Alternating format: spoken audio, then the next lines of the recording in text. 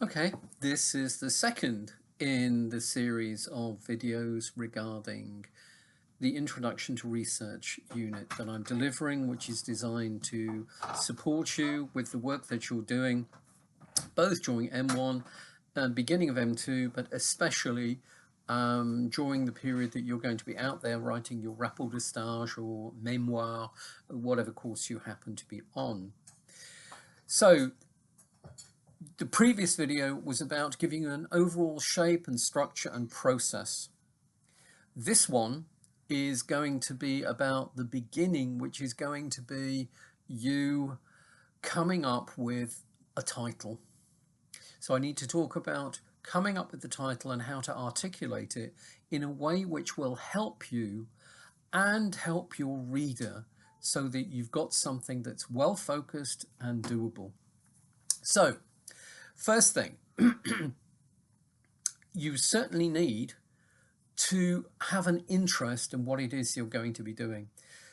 Doing research is a long process. Some of it is a little bit boring and repetitive, whether you're talking about reading what is already written in the literature or sometimes repetitively doing questionnaires or interviews. So you need to be interviewed, otherwise it's very easy to get bored and to put it to one side. So I would strongly recommend that when you go to work and you're trying to think about the question that you're going to ask or the title you're going to attack, think about what you're interested in.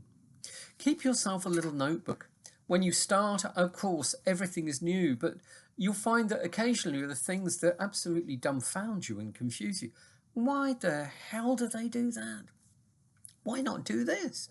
It's so much easier if they can do that.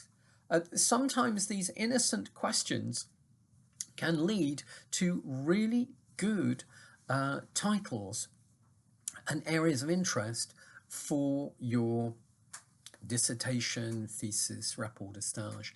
So keep a notebook with those little questions that come up. Isn't this a problem? Why don't we do this? Why doesn't the company see that? Why don't I have this information because it's vital to the job that I do? All sorts of things that could make good titles. So note them down. After a few weeks, couple of months, when you should be beginning to think about what you might be going to do to research and attack as a problem that you can address for the company. Some of these things will come up again and again and again, and it might well make you think of a good title. Before you just come up with an area of study, I want to do something about search engine optimization at Zalando or wherever it happens to be. Don't just rush off and come back to me or your designated tutor saying, I want to do something about, would that be okay? Because there's no way we can help you with that. The answer is obviously going to be yes, you could, but what exactly is it that you're thinking of doing? Give us more information and we will try to help you come up with that. So please don't write to us with something about something. Can I make a major suggestion to you? When you are producing an idea to discuss with your tutor or your boss, I would suggest that you frame it as a draft title, if you like, a working title. You frame it in one of three potential ways. First, as a question that you're going to ask, and then you are going to research and you're going to come up with an answer to it. Secondly, as a problem. If there's a problem, you're working towards a solution. Or the third way, you set a hypothesis that you set out to test. So you look at something and you go out to identify to what degree it is the case or it isn't. You test it, you don't set out to prove it, but your conclusion should be you resolve this hypothesis in one way or the other.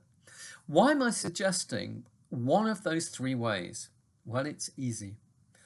All of those lead to an end endpoint that you, your employer, and your tutor can all see. You're flagging up, hey, this is where I'm going, that's where I'm going to get to.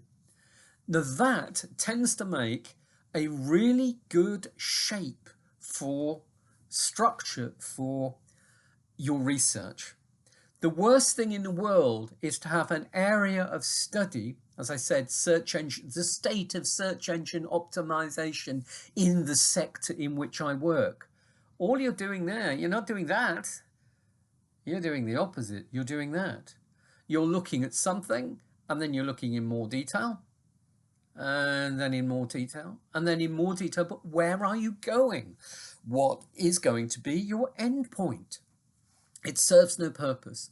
So please, please, please, okay, get interested in a particular area, but then you have to puzzle out a question to answer, a problem to solve, or a hypothesis to test.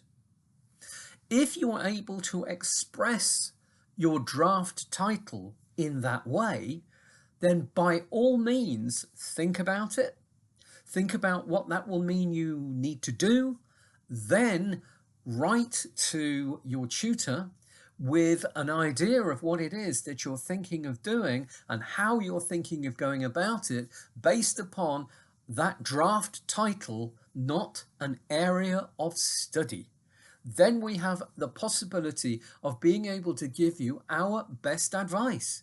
We can only deal with as much as you give us. If you give us very little, we probably be able to give you very little. If you give us something to go on, this is what I'm doing it for. This is what I'm doing. This is why I'm doing it. This is where I hope to go. This is the win-win situation for the company. If they let me do this, I learn from it. I develop my abilities in analysis and evaluation. And what does the company get out of it? Hopefully they get a better understanding, an improved system, a higher level of performance, etc. You can sell that to us as being a viable title for you to attack. You can sell that to your boss as being a profitable, possibly literally profitable in monetary terms, a profitable area for you to work on, because you can say, if you give me a bit of time, a bit of access, you let me use the postal system, you let me interview certain people, I should be able to give you something which enables you to do this in a much better, more efficient, more economical, more effective way. Okay?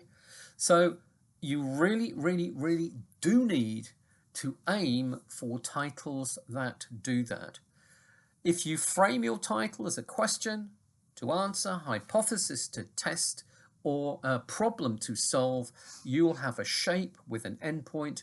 You will not get lost in your research. You will always be moving forward towards the apex.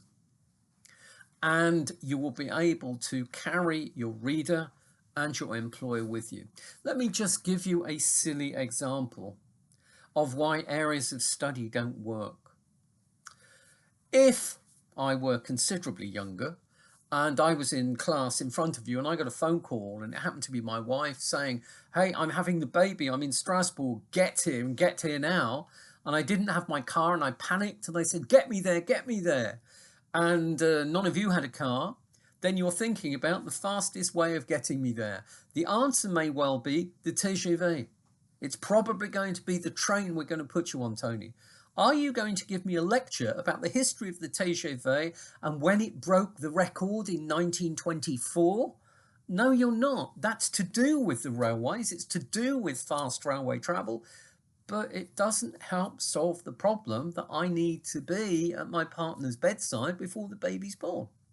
What I'm trying to suggest is, if it were an area of study about the railways, you might think all of that was appropriate. All of that was to do with railways, but it doesn't help solve the problem. I'm trying to give you a method which will enable you to answer the question, solve the problem, resolve the hypothesis, and take you forward towards an endpoint. So you can feel as you're Work is moving forward, that you're getting towards that endpoint. You might not know exactly what that endpoint is going to be, but you know where it's going to be. You don't know quite what you're going to be saying when you get there, but you know it's going to be recommendations that are going to make things better for the company. So there we go. That is the secret to writing a good title. Clearly, don't rush it. You have to weigh each and every word. When the reader reads it, they need to know exactly what it is that you are going to be doing. If there's confusion when they look at the first page, and I had somebody incidentally who wrote the wrong name of the company that she was working for on the front page in the title. If you are not clear in that title exactly what you're doing, that's the first step on the road to considerable difficulty, because it's not going to get any better as you move into your aims and objectives, your literature review, research gap, and everything else. So it needs to be, whether it's in English or French, les mots justes. It has to be well-chosen words and 100% clear what you are doing and what you're not doing. Okay? This, coupled with what I'm going to say in the next video about aims and objectives, are probably the most important things that I will tell you and you will hear anywhere on this subject. Because if you lose the reader at the level of your title and your aims and objectives, doesn't matter what you do after that, they're lost. And probably you are too. Because if you can't be clear about it with us, it's probably that you're not clear about it yourself. Okay, so it's desperately important that you set up the title and the aims and objectives correctly. And I'm about to go on to the aims and objectives in my next mini video for you. Okay, please remember this when it comes to saying to your tutor, this is what I'm thinking of doing. What do you think? Give us some detail based upon what I've said. Thank you. Goodbye.